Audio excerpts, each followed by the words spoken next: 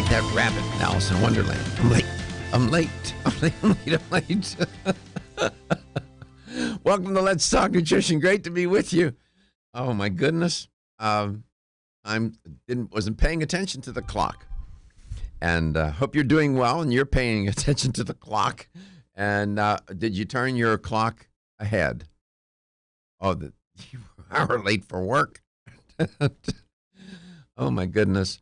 Yeah, so much going on. Glad you're there. Or we're really glad to be here with you.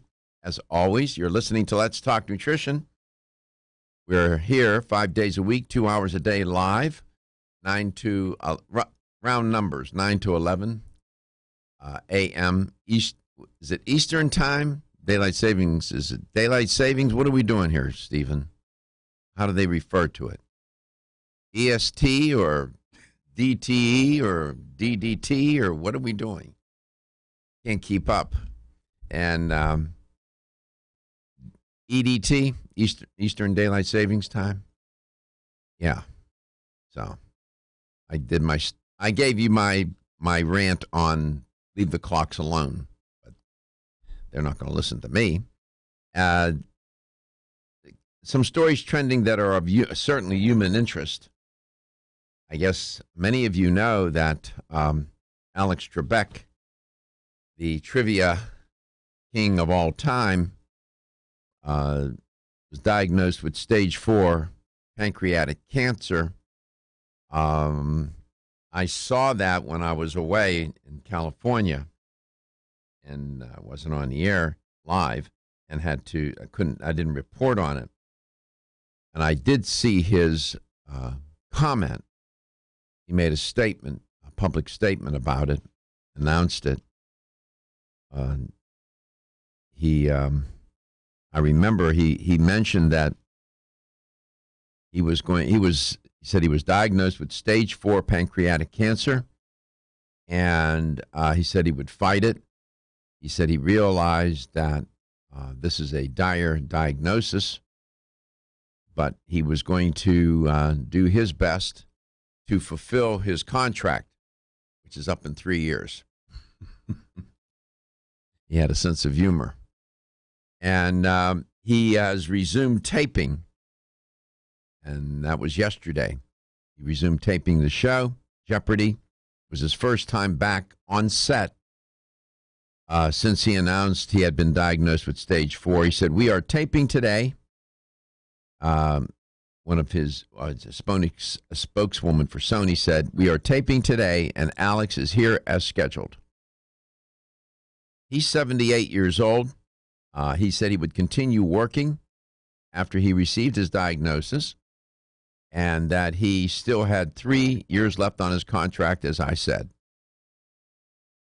And he said, here's the quote, I'm going to fight this.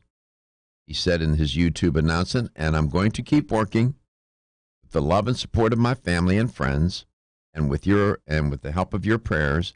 I also plan to beat the low survival rate statistics for this disease.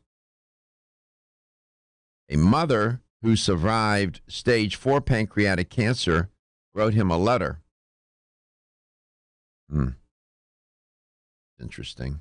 People reach out, and one of the things that I learned in one of my lessons in my own battle with cancer was that I concluded at the end of it all, after all the treatment and whatnot, that I concluded, my conclusions was that most of the time, most people are mostly good.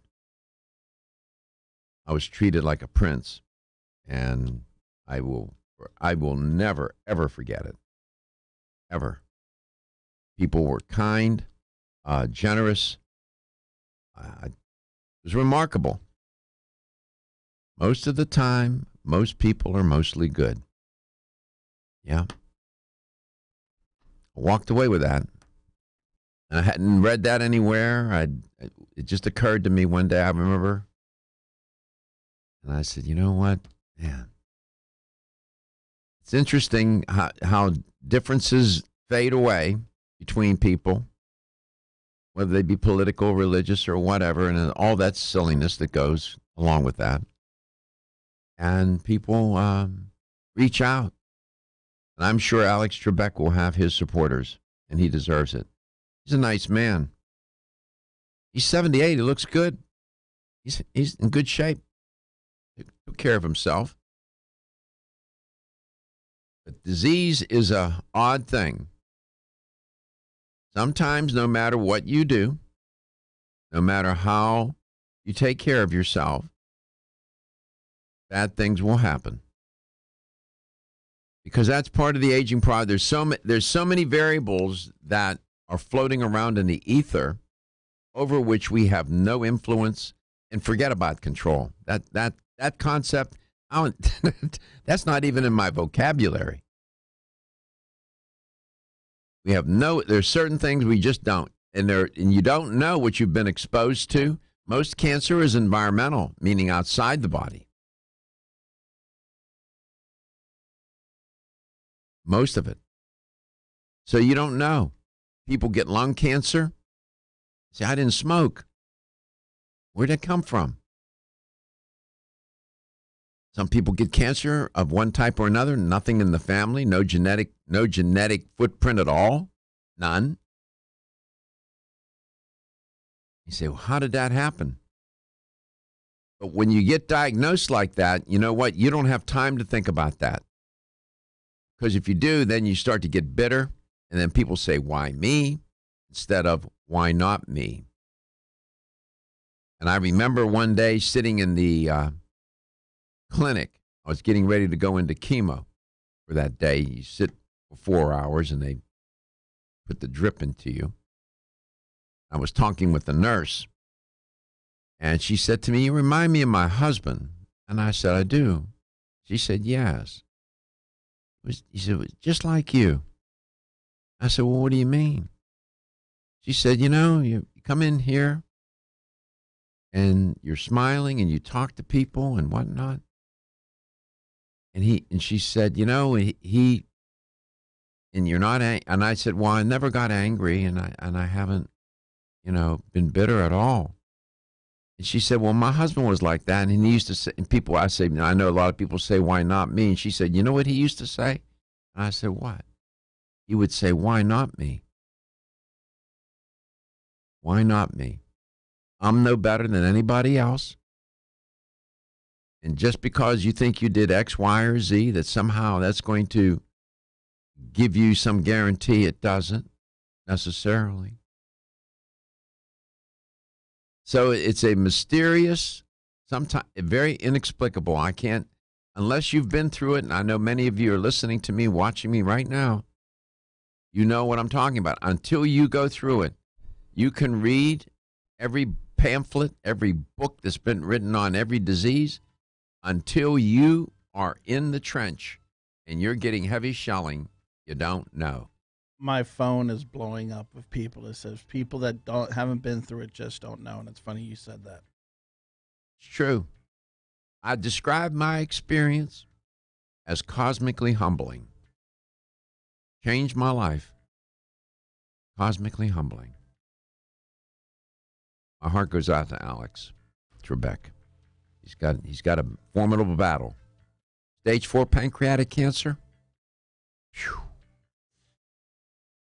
I think the survival rate's about 1%. I think. We'll pray for him. And I thank you.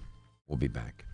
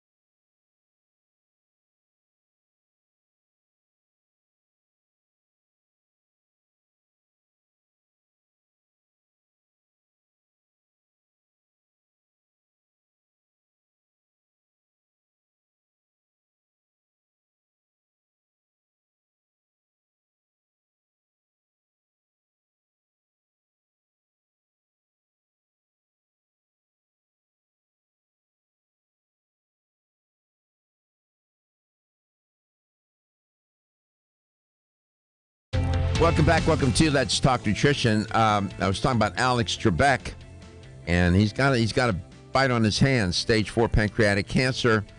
Know this: pancreatic cancer is the third leading cause of cancer-related death in the U.S. It kills more people than breast cancer, believe it or not. This is according to the American Cancer Society. And by the way, the rates are on the rise for pancreatic cancer, more so than for any other form of cancer in the U.S. What would explain that? Not genetic.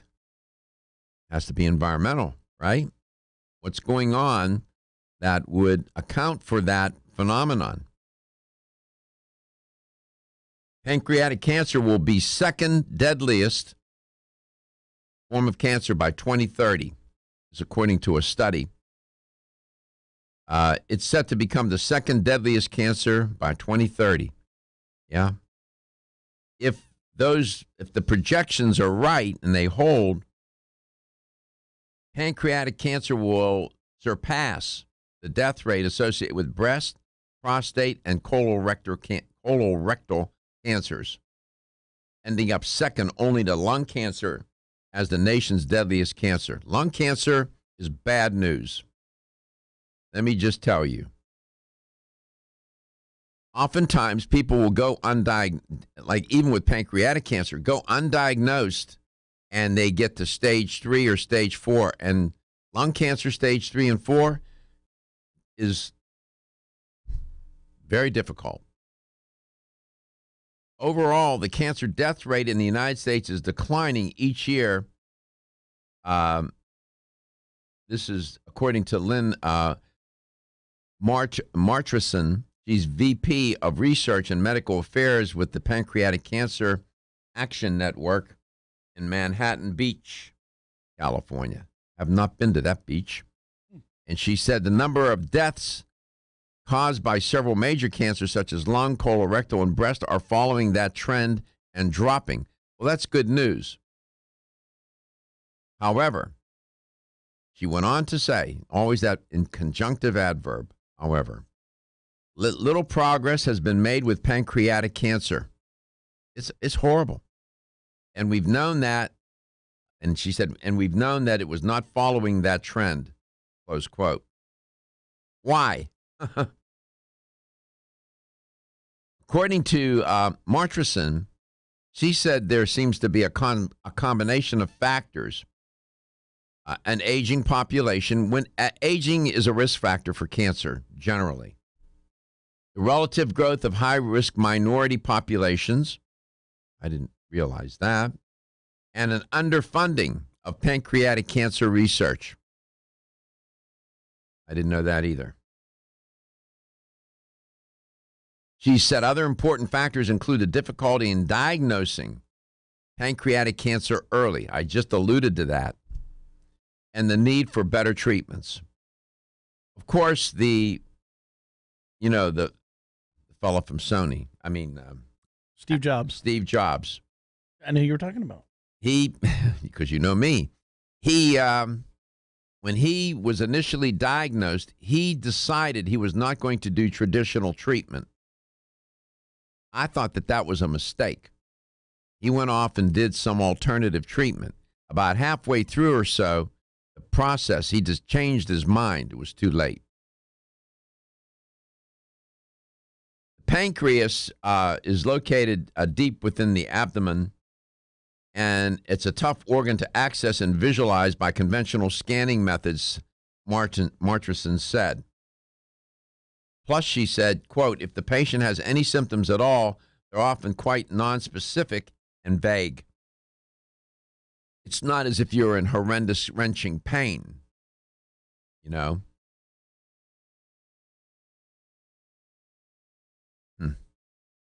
I don't know. You know how I think of cancer? I think of cancer as one of nature's terrible, terrible mistakes.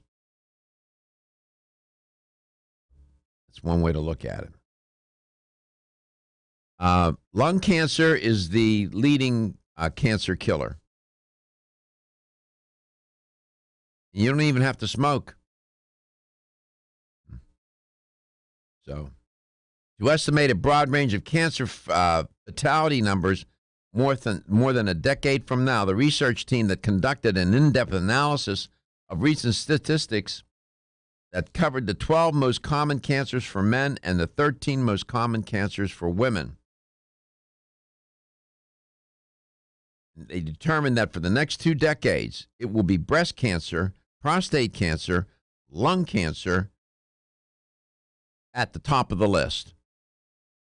The top 3 cancers for men and women combined in terms of sheer numbers of people being newly diagnosed. Those 3.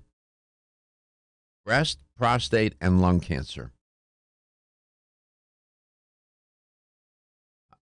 Again now, however, by 2030, thyroid, melanoma, and uterine cancers will surpass colorectal cancer is reported, which is currently number 4.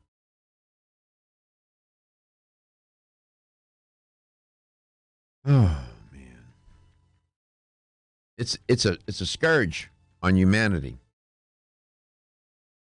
They say that lung cancer, according to this study, they project that it's going to remain at the top of the cancer list in 2030. The team found that the second biggest cancer killer of both men and women combined will shift to pancreatic cancer, followed by liver cancer. No one's ever going to persuade me that somehow this toxic world that we live in, the toxic foods that we're consuming, and the way we live is not implicated in all this. I think it is at driving it. Don't be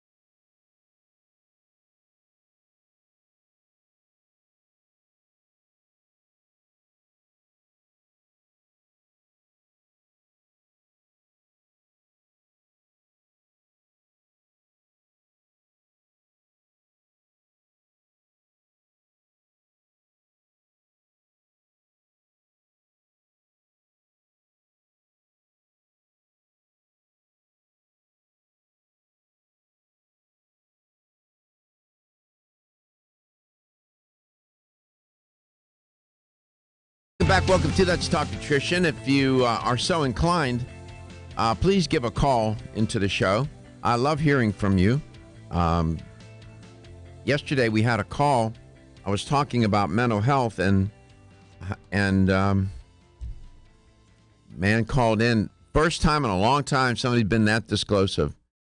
Was diagnosed with schizophrenia, bipolar. I mean, was very dramatic. And he shared that on the air and gave some important information for people to consider.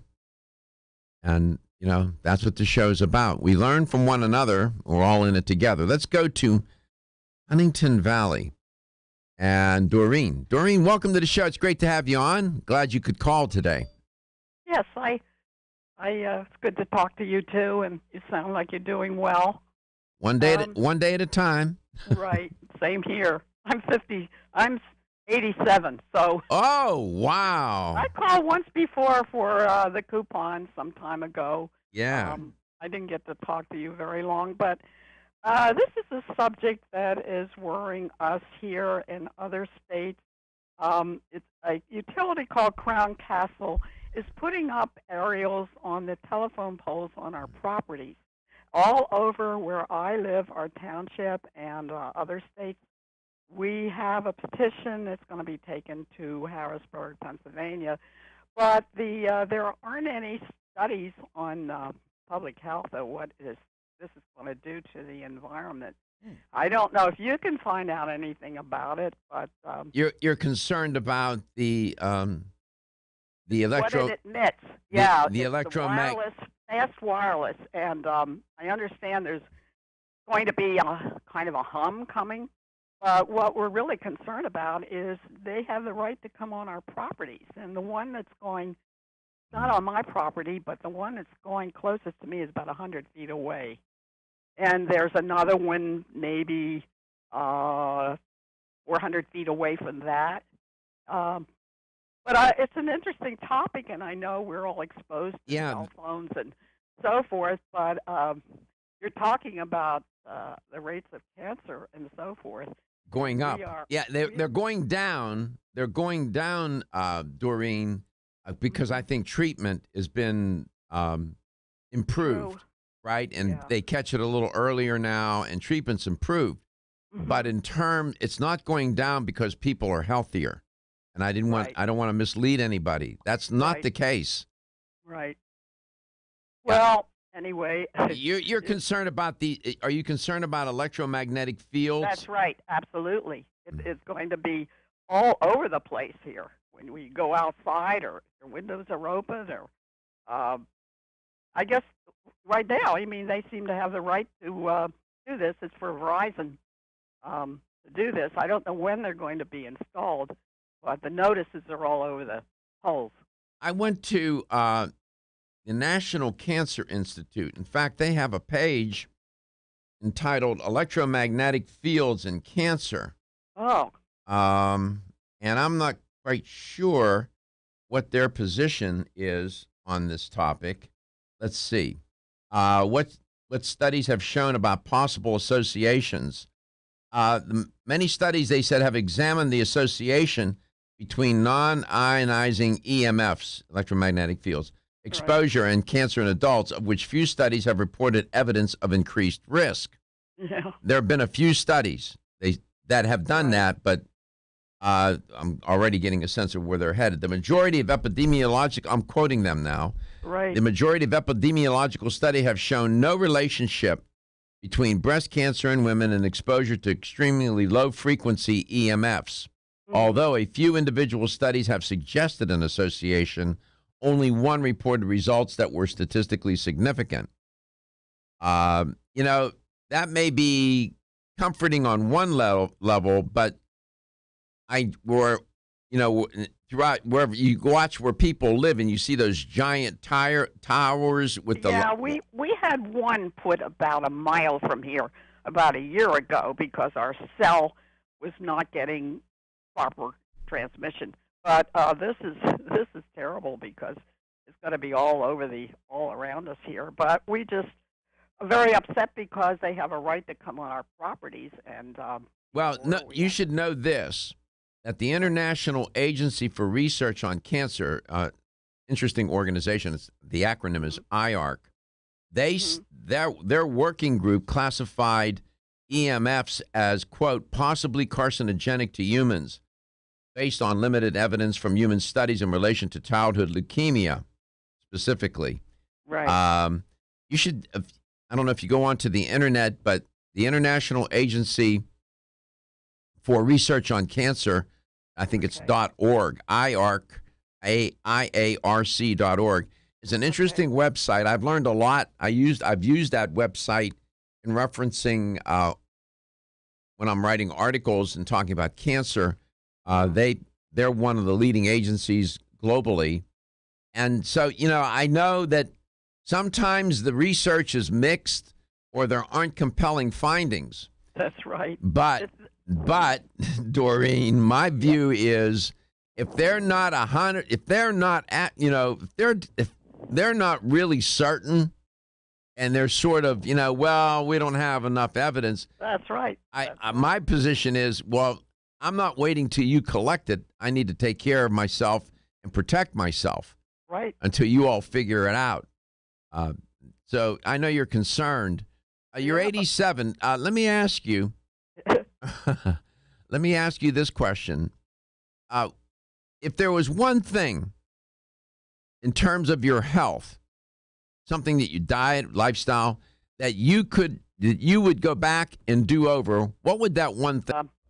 Ate everything, of course, learning, making everything and eating everything. Up until 1980, I stopped eating meat.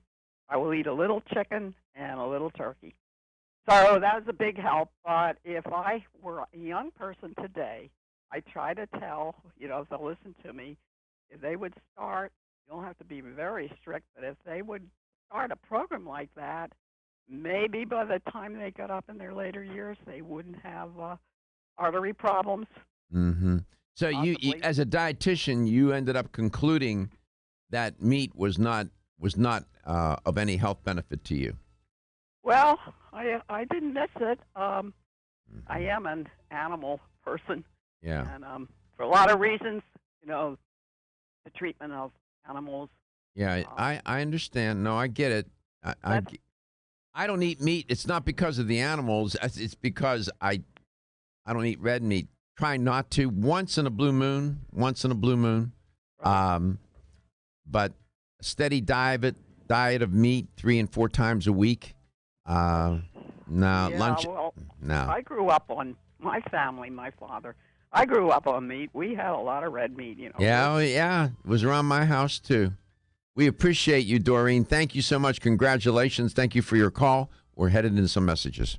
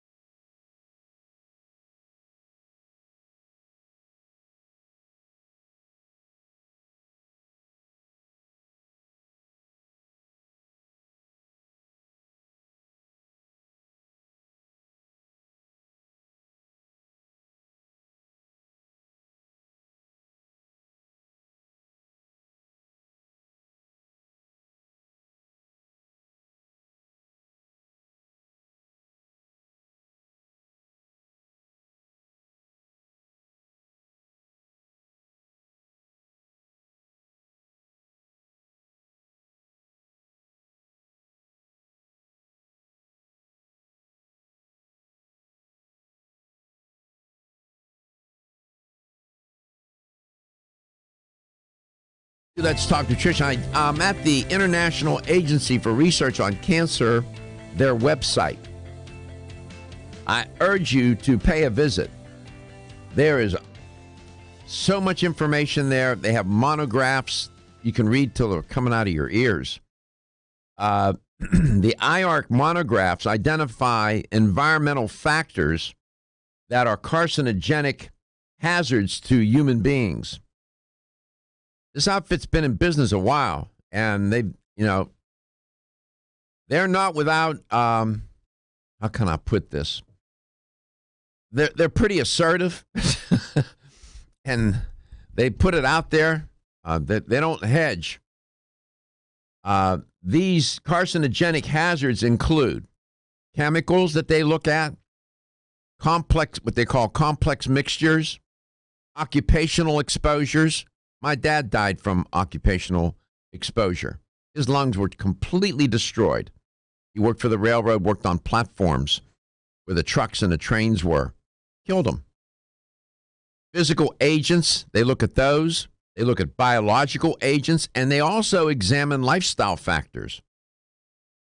And then what the national health agencies can use that information as scientific support for their actions to prevent exposure to potential carcinogens.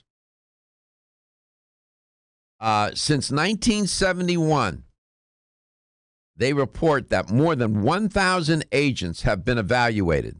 They've looked at that been studied, of which more than 400 have been identified as carcinogenic, probably carcinogenic, or possibly carcinogenic to humans.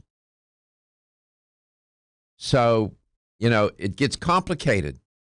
But the lion's share of cancer is our environmental factors, meaning that it's not necessarily genetic, right? Lifestyle is an environmental factor. Environment here is used as not literally to mean the environment, although it implicates the environment. It means outside of the body. And they have the publications, they have their monographs. There's all kinds of information there on that website. International Agency for Research on Cancer. Give me a call. You can reach us at 877-897-8255. That's 877-897-TALK. Dr. Garko's personal email is drgarko@letstalknutrition.com. Follow us, like us, and share us on Facebook at Let's Talk Nutrition, on the Instagram at Let's Talk Nutrition, and subscribe to our YouTube channel where we have over 61,000 views now. We have 1,100 videos up at Let's Talk Nutrition on YouTube. The Italian government, this is interesting, has decided that students have to have vaccinations or they face repercussions. This has been reported. A new Italian law reportedly put into effect yesterday mandates that parents get their kids vaccinated for school or risk new penalties. Oh. So in order to attend school, it's called the Lorenzen Law, requires that students get a slew of vaccines, including one for chickenpox and measles. This is a report by the BBC, British Broadcasting Company. The consequences, they said, for failing to comply with the legislation varies depending on the age of the child. At nursery, school, and kindergarten programs in Italy, they will not accept children ages 6 and below unless their immunizations can be verified. And fines as much as $560 could be implemented in older children ages 6 through 16 who are unvaccinated. This is according, again, to a BBC report. Wow. I've been reporting on measles. I thought measles, all of a sudden now, it's not just here in the United States, but it's everywhere. There's been an uptick in measles diagnosis, and that's what has triggered this kind of legislation. And people say, oh, vaccines are, they don't do anything. They're no good. That they cause this, they do that. And I have often said, well, if you would eliminate them, you'd have a mess. Sure enough, people aren't getting their kids vaccinated, and those kids are creating a problem. And so now we have these, I don't want to use the word epidemic, but we have this rise in the incidence and prevalence of measles. It's a mess, honestly. So, and parents get mad. They say, I get my kids vaccinated. Everybody should get their kids vaccinated. And these kids going to school that are not vaccinated then bring those viruses into that environment. Quarantine over mumps outbreak at immigration centers. That's going on in the news. It's just all over the place. These viruses, I tell you, they were on the planet long before we were, and they've been around millions and millions of years, and they're just looking for a host. They know how to survive. They know how to adapt, and so on. Then I saw this headline said healthy diet might not lower dementia risk. What's up with that? That's being reported by WebMD, a story that, according to a long-running study, questions the conventional wisdom of a healthy diet warding off dementia. Well, I know this. Eating crap isn't going to help. European researchers followed more than 8,200 middle-aged adults for 25 years. That's impressive. Looking at whether diet habits made a difference or swayed the odds of being diagnosed with dementia. At the end of it all, people who ate their fruits and vegetables were at a no lower risk than those who favored sweets and steaks. They said. Really? So what does that mean? That healthy diet doesn't make a difference? Come back, I'll tell you more about this study. It's published in the Journal of the JAMA, Journal of the American Medical Association. These findings, know this, are in stark contrast to the body of work on this topic. I am not going to bet all my money on this pony to come in. I'll come back. I'll report more on the study. This is interesting. When you see that, when you hear studies about like this, people reach the wrong conclusions and they jump, immediately to, oh yeah, it doesn't make a difference. It does.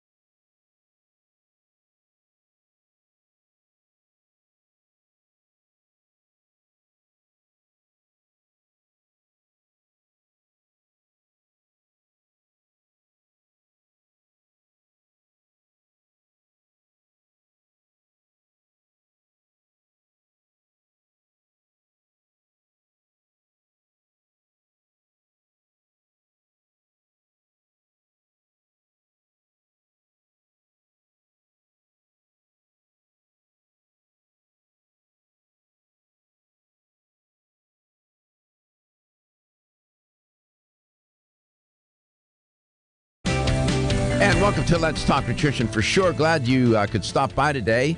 I hope you're having a good day wherever and however you may be listening or watching the show and whatever you may be doing. We're here a couple of hours, Monday through Friday, live, 9 to 11 Eastern Daylight Savings Time. They're saving time. I wonder how much interest they collect on that. They got my interest. Please stop doing this clock business. That's not going to change, I guess. They're going to keep doing this. Just stick with the time. Pick one. I don't care. Hate it. Anyway, healthy diet may not lower dementia risk. I was when we were headed out of that from the first hour, the last block of that first hour. I started a report on this. It's published in the Journal of the American Medical Association, JAMA. Prestigious. All I can tell you is that the corpus of work on this theme is in contrast to the findings of this study. Studies have made a correlation, established a correlation between heart-healthy diets to lower the odds of mental decline and abnormalities in the brain that can foretell dementia. Currently, groups such as the Alzheimer's Association have taken the position that people who adopt those diets as a potential way to fend off dementia. I mean, you can't reach, from this study, if people leap to the conclusion, say, okay, give me all that deep-fried whatever. It doesn't make any difference. That is not where you need to go. Based on this study. Most studies have followed people for only a fairly short period of time, less than 10 years. The lead researcher of this current study said, Dr. Akbar Ale from the French National Institute, Research Institute, it's called INSERM. This study, she said, is the first to look at diet quality starting in middle age and the long-term risk of dementia.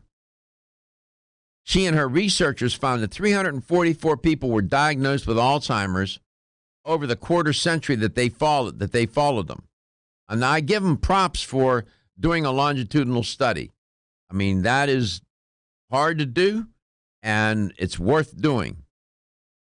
And the rates were similar among 1/3 of the study participants, she said, with the best diet quality and 1/3 with the worst. In other words, it didn't make a difference. People in the first group, they had several servings of fruits and vegetables and whole grains every day, and at least a couple of servings of nuts and legumes each week. Sounds pretty good. Regularly had unsaturated fats, such as olive oil, and they put limits on their red meat, sodium, and sugary drinks. That was the first group. Second group, I guess they were committing, more violations than they had sense. She said, no one's advising people to give up on that type of eating.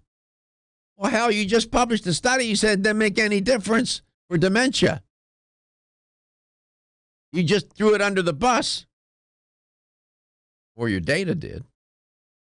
Quote, this is a direct quote. I would certainly not want anyone to come away from this thinking a healthy diet is futile, said Keith Fargo, Director of Scientific Programs and Outreach for the Alzheimer's Association.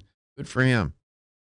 This study, quote, this study has to be viewed within the context of the larger scientific literature on diet and cognition, which does suggest that there is benefit from healthy eating, Mr. Fargo said. He was not affiliated with the study. I sort of guessed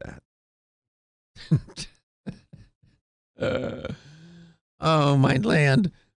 According to the Alzheimer's Association, the best evidence is for two heart-healthy diets, the traditional Mediterranean diet that I have mentioned more times on this show than I can count, and the DASH diet, dietary approaches to stop hypertension. That's a good diet, which is a recommendation for high blood pressure, but it turns out that diet generally is all-purpose healthy diet. Eat fruits and vegetables, legumes, fiber-rich grains, good fats, fish and poultry, and limit red meat, sweets, and added salt. That's generally, Akabarle also stressed that her findings do not imply, quote, diet doesn't matter, close quote. For one, diet clearly is vital to overall health, physical and mental. Akabarle noted that in an earlier study of this same group, middle-aged adults with the healthiest diets had a lower risk of depression over the next 2+ decades. Well, according to her study, they wouldn't know they were depressed if they have Alzheimer's. I don't need to I'm not making a joke, but it's true. It's true, right? Yes. Oh, gee, thanks for that, right? Oh, you're not going to get depressed, but you're going to have Alzheimer's. You're not going to know, man. What are you saying? I don't believe I don't believe these findings. I don't have confidence in them. Now, I don't know what was going on with these data. This was a 25-year longitudinal study.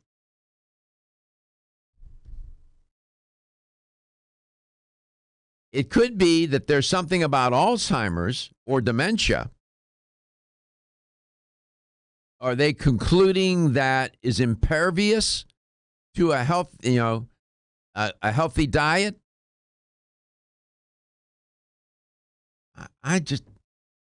That intuitively, that doesn't make sense. Dr. Akbar, how do you say her name? Akbarale said that these findings still leave many questions unanswered, you think? Such as whether diet is more powerful when combined with other lifestyle measures, such as regular exercise. I'm going to report on that in a second. Mr. Fargo, that I referenced a moment ago, said studies like this one, which ask people about their usual lifestyle habits, cannot answer the major questions. Will changing my diet or any other habit lower my risk of dementia?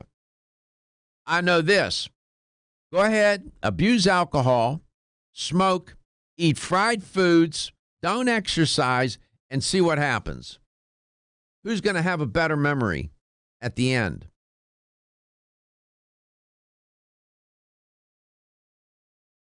Go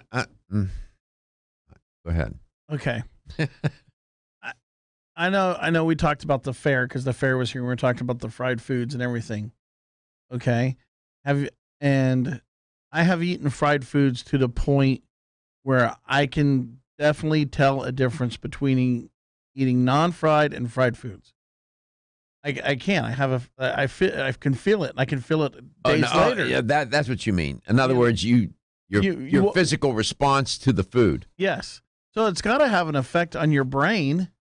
Well, it does. Know this. This was not a controlled experiment. This was an observational study. There is a lot of air floating around there in the ether, a lot of variables. They didn't control for anything. All they did was observe these people for 25 years. They followed them. And I give them props for that, honestly. Boy, you talk about delayed gratification. But when you have that much, there's too many variables that are unaccounted for here. I don't know anything else about their lifestyle. I don't know what else they did. They reported that they ate that way. I can tell you there's error involved in that as well. I'm not trying to undermine the findings. I'm just saying that these data seem to go against the corpus of work or the grain that's been established. Well, we'll see. Come back. I'll tell you about an eye exam. Speaking of Alzheimer's, they may be able to detect it with an eye exam. New research, new study. Ridgecrest Herbal's original Clear Lung supplement has been the #1 selling natural product for lung health since 1998. Clear Lung's formula is a synergistic blend of Chinese herbs that helps maintain open airways and balance mucus levels. It combines the healing properties of 13 perfectly balanced herbs that have been used in traditional Chinese medicine for over 2,000 years. Need extra help? Try Ridgecrest Herbal's Clear Lung's Extra Strength with twice the herbs and Ridgecrest Herbal's patented Availablend formula designed to support the bioavailability of the original 13 herbs. Got a picky kid who doesn't like pills? Clear Lungs Liquid is safe for children and has a naturally sweet orange flavoring. And don't forget to check out Clear Lungs Immune and Clear Lungs Sport. Visit rcherbals.com or call 1-800-242-4649 and mention this ad to order the right Clear Lungs product for you. That's 1-800-242-4649.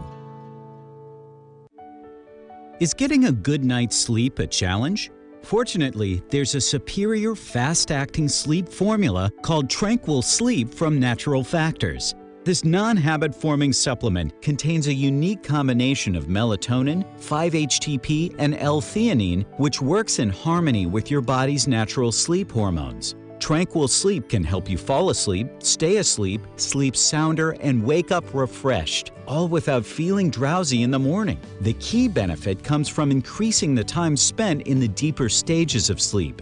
It's only in these deeper levels of sleep that we truly experience the rejuvenation, regeneration, and recuperation that sleep provides. Even if you think you get a good night's sleep, give Tranquil Sleep a try. You might be surprised with how much better you've slept by waking up with more energy and enthusiasm to start your day. Learn more at naturalfactors.com. This is Dr. Michael Garka, host of the nationally syndicated health talk show, Let's Talk Nutrition. Way too often, dietary supplements cost way too much. Not so at Vitamin Discount Center. Here's why. VDC sells leading national brands up to 50% off MSRP every day. Competitors' prices are matched for identical products with proof of price. If you're in the military or are a first responder, you get an additional 10% off VDC's already discounted prices.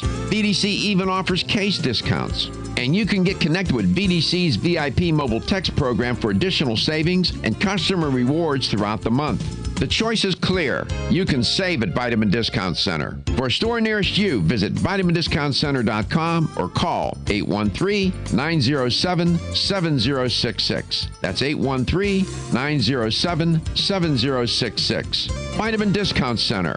For life, for less. Celsius is a fitness drink which is clinically proven to function. How? As a thermogenic, Celsius proprietary MetaPlus blend accelerates metabolism, increasing your body's ability to burn fat and calories. There are only two ways a body burns fat: through increased heart rate and our increased body temperature, thermogenesis. Drinking Celsius and then going into motion is double dipping. You're accelerating the burn and the results are even faster. Celsius is your ultimate fitness partner. No high fructose corn syrup, no aspartame, no preservatives, no artificial colors or flavors. 100% of 7 essential vitamins. Proven in 6 published university studies. How does it work? Celsius proprietary MetaPlus formula, including green tea with EGCS, ginger, and guarana seed, turns on thermogenesis, a process that boosts your body's metabolic rate. Drinking Celsius prior to fitness activities is proven to energize, accelerate metabolism, burn body fat and calories. Invest in yourself. Drink Celsius. Look for us at www.celsius.com.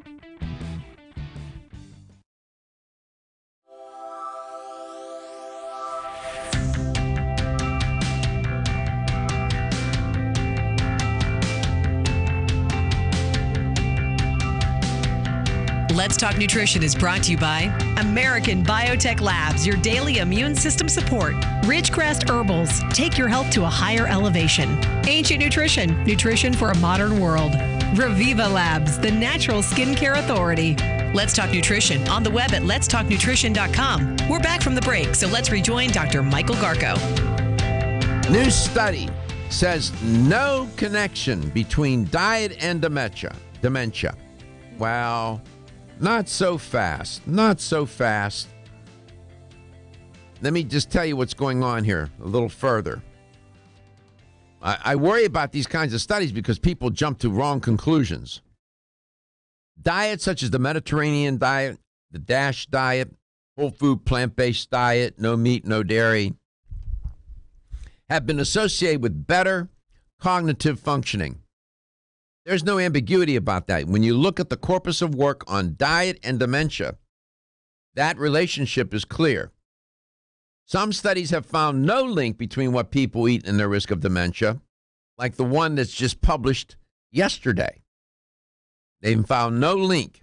This was a longitudinal observational study. The new study showed no significant association between how people ate during midlife and how likely they were to get dementia. I'm pushing back on this, and so are others, for this lack of association. How the authors define what healthy was in the study is up for debate. The study relied on self-report data. I'm telling you as a researcher that I always worried when I was doing studies and publishing them that when people were self-reporting, you didn't know for sure how much error was in there. Were they telling the truth? Did they have faulty memories? Were they telling you what they thought you wanted to hear or read? So you always worry about that. And so that's one point. And they relied on self-reported food surveys to score the relative healthiness of the people in the study. They also looked at two scales. It's called the Alternative Healthy Eating Index and the Mediterranean Diet Scores, basing their primary conclusions on the former, the Alternative Healthy Eating Index. A Dr. Richard Isaacson said this: getting a high score on that particular scale doesn't necessarily mean that a person followed a brain healthy diet. I agree with him. Isaacson, who was not involved in the study, said that the way it measured healthy eating harkens back to how doctors used to think about what was healthy. As with now dated food pyramid, it lumps together foods that are known to benefit brain health, such as leafy green vegetables, with foods such as beans, with an impact that's unknown, he added. Dr. Tasmi Akabarli, she was the lead researcher, wrote about that primary scale. She said, quote, is based on a set of specific and limited food groups and might not cover all aspects of a healthy diet and may not be adapted to the dietary habits of all populations, close quote. Well, she's admitting that that scale is faulty. However, the study showed consistent results over a long period of time. I'll give her that. But it's consistent relative to the instrument that you're using. If you drive a car that is out of alignment, it will consistently drive out of alignment and wear your tires out. So there is some issues with this study. I'm telling you, if you hear it being reported, do not reach the conclusion that it doesn't make a difference what you eat and that there's no connection between diet and dementia. There is. When you look at that body of work, you walk away saying diet makes a difference. Let's go to Tampa, Florida. And then we'll go to Dell in Tampa after we talk to Bill. Bill, welcome to the show. It's great to have you on. Doctor, before I get in my comment about Alex, the study has really upset me because, like you said, who is that group? These aren't robots. These are, who knows the lifestyle of the people. I mean, from everything from vitamin D to fish oil. Well, had this happen, that happened. Well, let me see their blood work before that. What kind of lifestyle were they living? Were they eating on junk food? Were they health food people? I mean, who were they? Well, they claim, Bill, that the self-reported data that they collected indicated that I described the diet that they were eating. But this is an observational study. There was no control group. It's just purely observational. And when you do that kind of study, it has merit, but also know that there are a lot of variables, as I always say, floating around in the ether that you are not controlling. And so you don't know. And you don't know if I've had a lot of experience with this. Self-report is faulty. People have poor memories and they make stuff up. Now, that's not always the case, and that's not for the majority, but there's a certain amount of error that's in those data relative to self-report. But you're right. They didn't. But this researcher admits that the scale that she used, Bill, is not complete. It doesn't really capture the more contemporary way of what we consider to be healthy. This is a sort of outdated scale, it seems to me. But go ahead. Let's touch a minute on these diagnosis, and you're living proof of this. But this is what I've seen in my observational studies over 20 years. When people, let's say that they're getting ready to sign a 5-year lease on a car, boat, whatever, house, and they get some diagnosis, and they come to me, I say, well, what are you talking about? No, I can't. No, you sign it. What are you talking about? Nothing's going. Go ahead with your life. Do not, and I say this with all, please forgive me, everyone, but I've seen it so opposite. When people started shutting everything down, it sends such a powerful message to your brain. People, your brain releases massive amount of chemicals. If you get some time, I want you on the dating sites just like you were. All right, we'll come back. We had to cut them off because we're headed into messages. We'll go.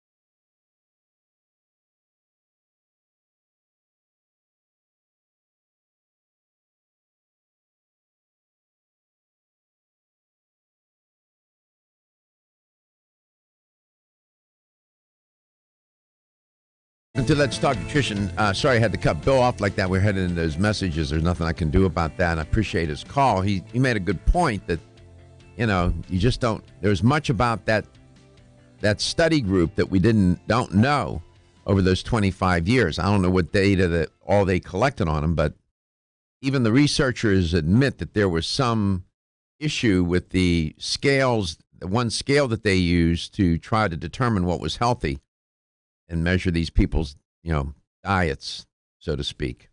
Let's go to Tampa, Florida. Del, welcome to the show. It's great to have you on. Hi. I was wondering, with people like Trebek, with all his resources and symptoms for something like pancreatic cancer, are there not clear enough symptoms for stage 1 or 2 that these things can be found? Or how come, bingo, it's got to be stage 3 or 4 before anybody knows anything about it? Because they're basically asymptomatic, Del. There's nothing about, that's the point I was making earlier, that lung cancer, pancreatic cancer, and other forms of cancer can grow and develop out of your awareness. And oftentimes when they're discovered, they are incidental to something else that they were looking at. As in your case. As in my case. Yeah. Exactly. They were looking at my neck because I had been infected with a virus and contracted, had an HPV-16, which lay dormant on my tonsil for decades. The doctors, all 4 of the doctors on my team, reached the same conclusion. Because the primary site in my throat had totally disintegrated. When they went in and did surgery to get the biopsies, there was nothing there. Wow. So, and that as they were looking at my neck for head and neck cancer, they found a small lesion on my lung, very, very small. The radiation oncologist concluded, he said to me, Dr. Garko, I don't think that's cancer. He said, he wasn't positive that it was, a cancerous lesion. Turned out that it was.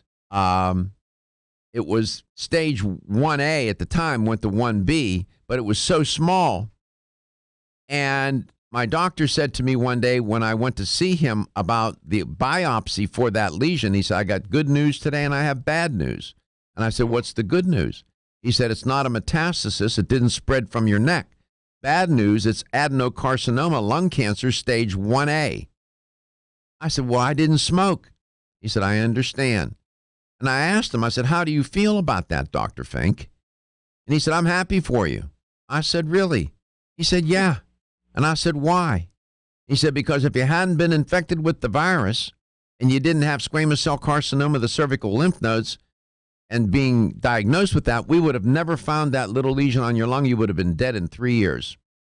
Wow. And I said, really? He said, yes. He said, because it would have grown and we would have caught it too late. And I said, so you're telling me I had to get cancer not to die from it? He said, yes. I wrote an essay entitled How Cancer Saved My Life. That happened to me. Yeah. This is so you're listening to a person who went through this. So pancreatic cancer, lung cancer, many of these cancers, I didn't know I had that lesion on my lung. And I didn't know that I had neck cancer. I didn't know I was infected with a virus. And that's what's so insidious about cancer. People think, well, you get a lesion and all of a sudden you're in this excruciating pain. No.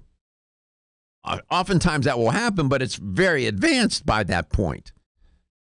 That's what's so insidious about it, and that's why it's useful for people to go and have physical exams. Do you want to be mad? As Bertrand Russell said, I would rather be mad with the truth than sane with lies. Yeah. You want to walk around not knowing, or do you want to know? I mean, I don't know, Bill. Del, it's just, that's what happens. And Alex Trebek, you're right. He has every available means of taking care of himself. That, just, he has it at his disposal. But he didn't think he had pancreatic cancer.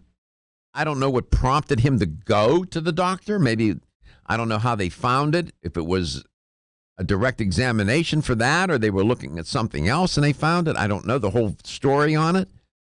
But this is the nature of cancer. That's what makes it so insidious. There's too much luck involved in this. Well, but that's life. That's the point. Yeah. I've made that point. You're right. There's so much luck, good luck and bad luck. Yeah. Right? We walk around and we think that we're in control. That is a very comfortable illusion. Yeah. So, walking around and step in some quicksand. Well, Del, but you have to be optimistic. And this show is it's a health talk show, but it's a show about life. It's a show about, how vulnerable we are, how we're all in it together. And I can share all the information till I'm blue in the face on this show. And to help us have an edge to increase the odds of staying healthy. And that's worth my time, and it's worth the time for the audience to listen and watch.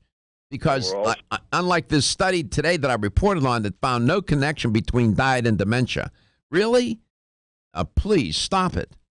There is a connection. There's something wrong with that study. I don't know what's wrong. I don't have all of the insight into it, but those data are funny.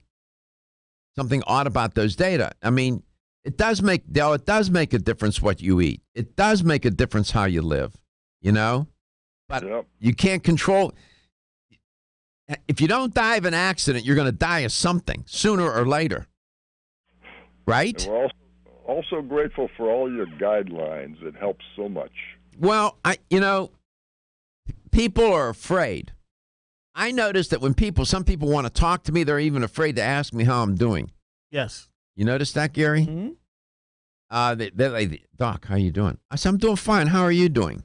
We make the assumptions because you sound so good. Well, listen, when you get sick like that, there's people listening to me right now and watching this show. They know exactly what I'm talking about. When you find yourself in that life situation, you have to be a rock, a stone, a piece of marble not to change. And I have a great appreciation for what you just said. There's so much luck involved. There's ambiguity, uncertainty, unevenness, unfairness. All of that's part of life. And in the midst of all of that, we're trying to find our way. Right? And sometimes you're lucky and sometimes you're not. But that doesn't mean that you just, you have a fatalistic attitude and say, well, hell, I got to die of something, so I'm just going to walk out into traffic. That's stupid. Right? So we want to do the best we can to do the best we can. I'll be back. Want to get at the core issues?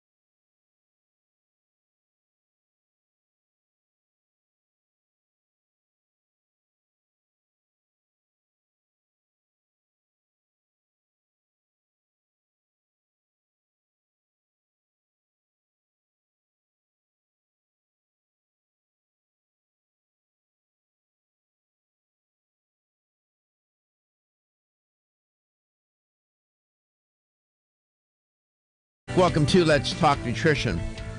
Here's the LTN health question of the day. How many Americans are estimated to suffer, of all ages, to suffer from Alzheimer's? All ages in the U.S. What do you think it is? And I'm rounding this up. Is it 2, 4, or 6 million? And what number of Americans, how many millions of Americans of all ages have Alzheimer's? And if you get the right answer, you want a $25 supplement gift card. Let me give you a clue. The number of people with dementia, which Alzheimer's is a form of dementia, but someone in the world, every 3 seconds, notice this, develops dementia of some form or another. There was an estimated 46.8 million people worldwide living with dementia. So there's a hint. 877-897-8255. That's 877-897-TALK. And as you get older, your odds of developing dementia increase for a lot of reasons. I didn't mention this, but let's make this connection. The systems of the body are interconnected. Your heart health is a predictor for your brain health. If your cardiovascular system, if your arteries in particular, are diseased, your odds of developing dementia increase. You're not going to get enough blood supply, nutrients, nourishment, oxygen to the brain. And hence, that's why you see in the literature, heart health, brain health, connected all the time. You have 2 arteries going to your head, to the top of to your brain, called the carotid arteries. If they're occluded, diseased, plaqued, whatever you want to say, it seems to me that you increase the risk for disease related to dementia. Go to Lansdale, Pennsylvania, near Philly. Betty lives there. Betty, welcome to the show. It's great to have you on. Is it snowing in Lansdale today? Oh, no, it's very nice. It's beautiful. I'm being funny. I'm trying to be. Well, we don't need any more snow. Yeah, the winter was pretty rough this year in Philly. It wasn't all that bad. Could have been a whole lot worse. Could have been worse. Yeah. It was not. It was no. My daughter tells me it was pretty difficult in Chicago. So. That's a whole other part of the country. That's yeah, sure. 30 below one day, she said. It was pretty intimidating. How many people in America are right now suffering with Alzheimer's? 2, 4, or 6 million? What do you think? I'm going to say 6 million because of your clue. Yeah, somewhere in the world, every 3 seconds, someone's diagnosed with dementia, some form of it. Alzheimer's is a particular form, but dementia is. People fear dementia more than death. They do, and for good reason. I mean, to get disconnected from yourself and to get disconnected from the world, that's no way to live. So, but congratulations. How are you doing? You doing okay? You taking care of yourself? I am doing okay. Yes, I'm really trying to watch my diet. I heard you talk about the DASH and the Mediterranean. I don't follow that totally, but I would like to. Yeah. What do you think what do you think the worst nutritional sin is that you commit? I like my sweets. Okay. How much? What sweets do you like? Oh, cookies, pies, cakes. Do you really? Yes. Mm-hmm.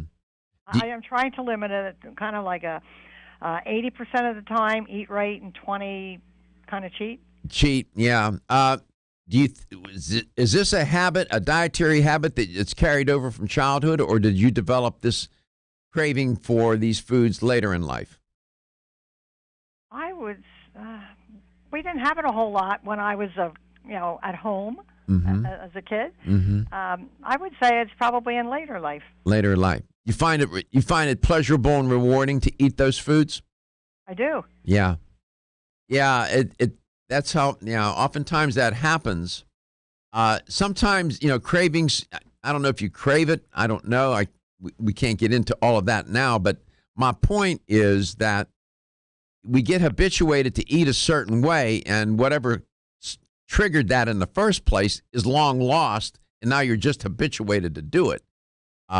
Oftentimes, though, craving sweets is a function of your overall nutritional status may not be up to par, and the body is looking for energy, and and it says, give me something quick that I can process and turn into energy, ATP, glucose, and gets turned into ATP. That's what it's looking to do. So that's one explanation for the craving. Another explanation is you're just now habituated to do it. Hard to break the habit, though, isn't it? It sure is. Yeah. Especially when I have a cup of coffee or tea, that's when I really like it. Do you really? See, that, and to withhold that, if somebody withheld it from you, it would be uncomfortable, wouldn't it? Yes. Yeah. If somebody said to you, Betty, can't eat that, if you're sitting at the table and you have somebody sitting there, a relative or a friend, they pull it away from you, say, you're not going to be able to eat that piece of pound cake now with that coffee. They pull the plate away from you. You would get mad. Probably. Probably, exactly. But you see how our relationship with food. I'm trying to make a point. It is a real relationship, and boy, it develops over time, and it has certain patterns and so on. I get it. I know it's hard, but do your best, okay? I will do that. Thank you very much. And I'm doing my best too. I'm just like you. Don't think I don't have my temptations, and I commit nutritional sin too, just like you. I think we all do. Yes, we do. Thank you for being honest, and thank you for being, talking about it. I appreciate it. Sure. Thank you very much. You're welcome. Take care of yourself. Diet, and there is a connection between diet and dementia. There is a connection between what you eat and your brain. Eat healthy. It does make a difference. Live healthy. It does make a difference. I know that there are many things that are out of our control. And sometimes even when we try to do the right things, things can go bad. But at the end of the day, give yourself the edge. Why? Because your health is your wealth.